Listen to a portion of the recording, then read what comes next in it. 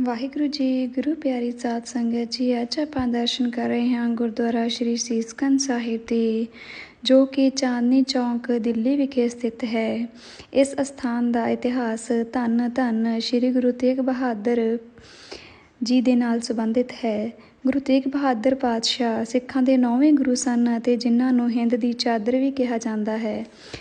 ਕਿਸੇ ਟਾਈਮ ਅਨੰਦਪੁਰ ਸਾਹਿਬ ਵਿਖੇ ਗੁਰੂ ਤੇਗ ਬਹਾਦਰ ਪਾਸ ਕਸ਼ਮੀਰੀ ਪੰਡਤ ਮਦਦ ਦੀ ਫਰਿਆਦ ਲੈ ਕੇ ਆਏ ਸਨ ਅਤੇ ਗੁਰੂ ਤੇਗ ਬਹਾਦਰ ਸਾਹਿਬ ਜੀ ਦੇ ਨਾਲ ਭਾਈ ਮਤੀ ਦਾਸ, ਭਾਈ ਸਤੀ ਦਾਸ ਤੇ ਭਾਈ ਦਿਆਲਾ ਜੀ ਦਿੱਲੀ ਵਿਖੇ ਚਲੇ ਗਏ ਅਤੇ ਗੁਰੂ ਸਾਹਿਬ ਦੀਆਂ ਅੱਖਾਂ ਦੇ ਸਾਹਮਣੇ ਤਿੰਨਾਂ ਸਿੰਘਾਂ ਨੂੰ ਸ਼ਹੀਦ ਕਰ ਦਿੱਤਾ ਗਿਆ ਅਤੇ 24 ਨਵੰਬਰ 1675 ਈਸਵੀ ਨੂੰ ਗੁਰੂ ਤੇਗ ਬਹਾਦਰ ਸਾਹਿਬ ਦਾ ਸੀਸ ਵੀ ਧੜ ਨਾਲੋਂ ਵੱਖ ਕਰ ਦਿੱਤਾ ਗਿਆ ਅਤੇ ਸ਼ਹਾਦਤ ਹੋ ਗਈ। ਇਸੇ ਸਥਾਨ 'ਤੇ ਸ਼੍ਰੀ ਗੁਰਦੁਆਰਾ ਸ਼੍ਰੀ ਸੀਸਗੰਜ ਸਾਹਿਬ ਬਣਿਆ ਹੋਇਆ ਹੈ। ਕਰੋ ਦਰਸ਼ਨ ਅਤੇ ਕਰਵਾਓ ਜੀ।